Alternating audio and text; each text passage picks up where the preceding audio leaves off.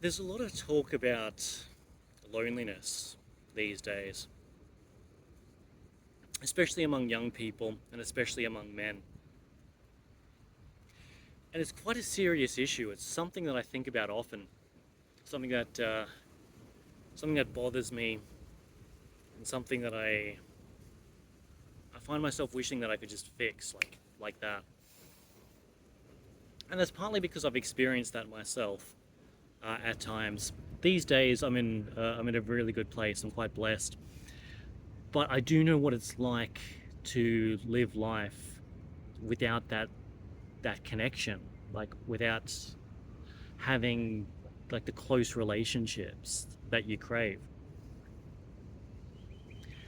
And some people talk about like, well, this loneliness epidemic, it affects men the most, and that's because it's the men's fault, or that's because it's the women's fault, or that's because it's society's fault. It's caused by the downfall of society, like the collapse of our social institutions. I am interested in knowing the cause, but at some point, on a personal level, like why this is happening doesn't matter. At some point, on a personal level, you got to get curious about what you could do to solve the problem rather than figure out who to point the finger at in order to blame. Blame has its uses, but if you want a solution, go for a solution. Don't figure out who it is that you can get mad at because of this. So I won't talk about how the cause of loneliness is likely the downfall of Christianity and social media creating this warped social landscape. I won't talk about how we've sort of created this global city. Even if you're in the country, like a small country town, like the internet is like a big city. It has this effect of like being surrounded by people, but none of them know your name. You don't know theirs, they don't know you. So it creates that effect of being surrounded by people but still being lonely. In fact, even lonelier because you're surrounded by people. Now, there's a lot of advice out there on what to do if you're in this situation. There's things like, like stop working from home so much. If you do work from home, then go to a coffee shop. If you work in the office, then get to know your colleagues. Join a hobby group or some sort of social group. And it's good advice. For one thing, taking action is going to be useful for you, and anything that gets you out into the world and interfacing with people, it's going to help. It's absolutely going to help. But it sort of misses the point because when we talk about like loneliness, sometimes we're talking about like a total lack of human connection. I'm talking about people who that have no affection in their life. And affection, if you don't have it, is very important. This is the sort of friendliness that you feel towards people in a hobby group, but you don't see them outside of the hobby group. These are your colleagues at work who, yeah, you like to chat, you like to make small talk, but you don't really see them outside of a work context. That's nice, but if that's all you have, you will still feel lonely. And you might find yourself wondering, like, well, is the problem me? Like, is there something wrong with me? Because I have all these people in my life, like all of these people, like in my list of contacts, and I know their names, and we get along really well, but still feel lonely. And that's not you. You're not going crazy. That's absolutely a thing. Because affection is great. Like it's really nice. This sort of like the friendly collegiate uh, like rapport, beautiful, but totally insufficient. If that's all you have, you'll still feel lonely. Of course you will. Because the problem is like small talk is not enough.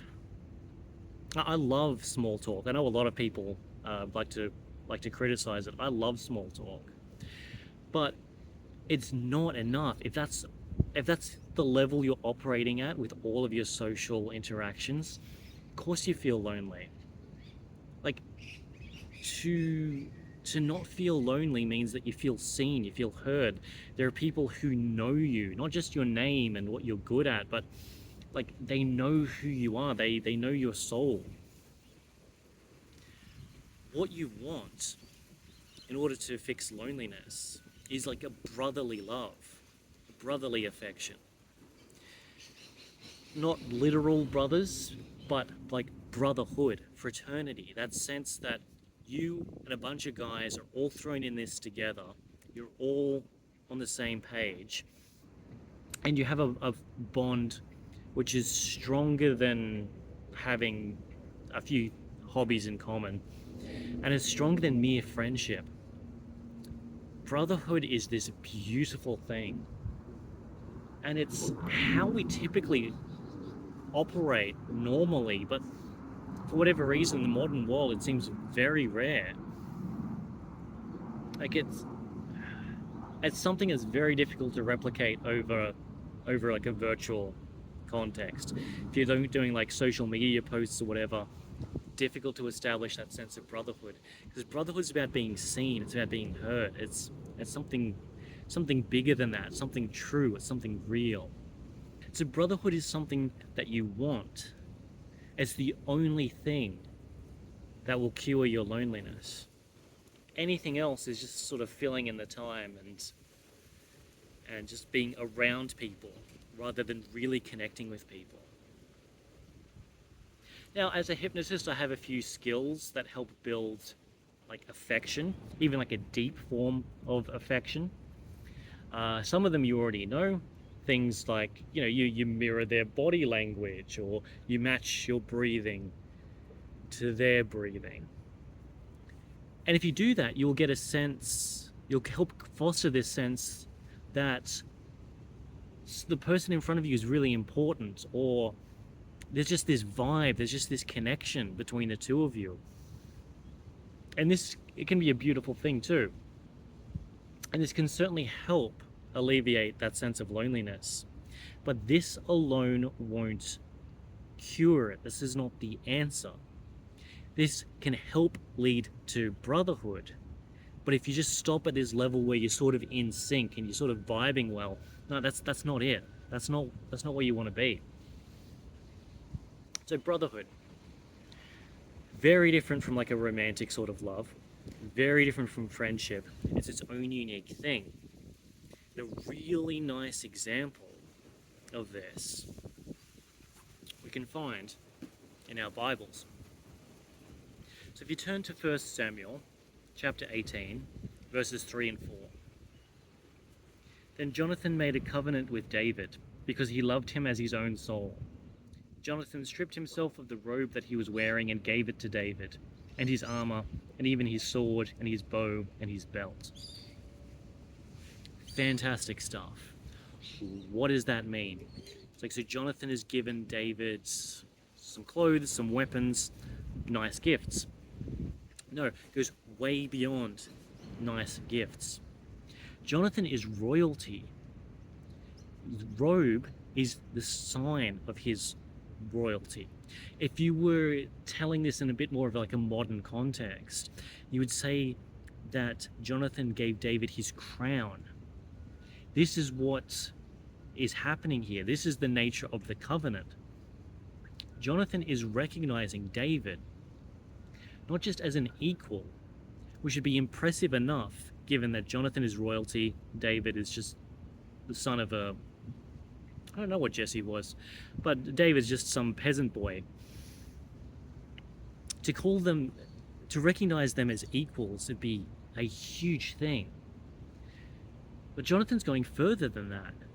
He's saying that David is actually his superior. David deserves the trappings of the throne more than Jonathan does. And it's not like David is just accepting this like as a token, like, yeah, of course I'm going to be king because I'm awesome. No, It's mutual. This level of respect goes both ways. David would absolutely bestow the same level of gifts upon Jonathan if he had them. So why is this important? Well, it's important because out of this brotherly affection, this brotherhood, David becomes king. And of course, out of that kingship comes the line that eventually leads to the King of Kings. David being king allows Lord Jesus to come to earth. This is the bloodline by which he manifests himself. And so this brotherhood, this simple covenant between two guys who recognize each other on like the level of the soul, who adore and respect each other, allows pure divinity to enter into the world. And that's like cool, great, good for Jonathan, good for David. How does that help you? Because it's one thing to hear stories about this. It's like, that's useful. This tells you that this is possible. But how do you get that for yourself? Well, again, Jonathan, David, they've shown you how. If you want what they had, just do what they did in order to get it. David, famous for many things. One of them, obviously, being killing Goliath. No one else even wanted to try to kill him because he was just that intimidating. David took the chance. David won. That wasn't his only victory. David was a warrior. Eventually became a king. Started out as a warrior. Jonathan also is a warrior. He respects that. He respects victory. He respects the discipline. This is Jonathan giving David his armor and his weapons. Is a recognition that these two are on the same level and chasing the same goals. And this is the key to brotherhood. If you want that sort of bond, if you want that level of mutual trust and respect and understanding, if you want to be seen and heard by someone that you would absolutely call a brother, this is how you do it. Find a battle that matters to you. Show up and fight well. Fight the good fight. Stand up against evil. Stand up against sin. Stand up against all the awful things in the world. Find something that really resonates with you, some victory that you can win, and go for it with everything that you have. And while you're doing that, look around. See who else is fighting beside you.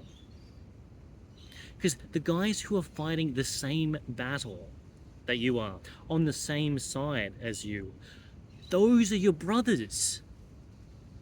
This is way deeper than having like a hobby in common. This goes way beyond than it's like, yeah, I like the cut of his jib. We get along well. He's good to have a beer with. No, brotherhood is forged in fire. It's about showing up to the same battles on the same side. You can't be a brother to someone who's passive or cowardly. And this isn't even about like fighting well. And I'm talking like fighting metaphorically here. But it's more than just like being the biggest, baddest soldier on the battlefield. It's not about like claiming the most trophies or like leading the best unit or like any measure of success. Because some people have very little to contribute to the fight. They still show up. They still fight with everything that they have. That's more important than achieving the goal. Because if everyone shows up, fights on the right side with everything that they have, evil doesn't stand a chance. we would have destroyed evil. We, mere humans, would have destroyed evil, like, really quickly if we'd done that. Like, if we could just manage that for a moment, it would be, like, historic and decisive. And the people who get that, they're your brothers. If you want to have a bond that goes so deep, it's the people who recognize the same threats that you do and have that same sense of like obligation and duty to show up and do something about it. There's your cure for loneliness. That's how you get past this. If you want people you can trust with your life, you need to trust them with your life. You need to put it out there. You need to find some social cause worth supporting and show up with everything that you have. You need to find some place where evil is manifesting and spreading and circulating. That's your battle. Stop it. Go there, challenge it. Do what you can to contain and defeat the evil there, and look around and see who's by your side. Now, not all of them will be your brothers. Some will be, there's people you don't quite vibe with. Some will be fighting like on the right side, but for the wrong reasons. But among those, you will find the people who recognize the truth, the goodness, and the beauty of what you stand for, and have the courage and wisdom to stand for it too. You want to fix loneliness? You want that sense of brotherhood? There you go. That's how you do it. Now get to it. Peace be with you.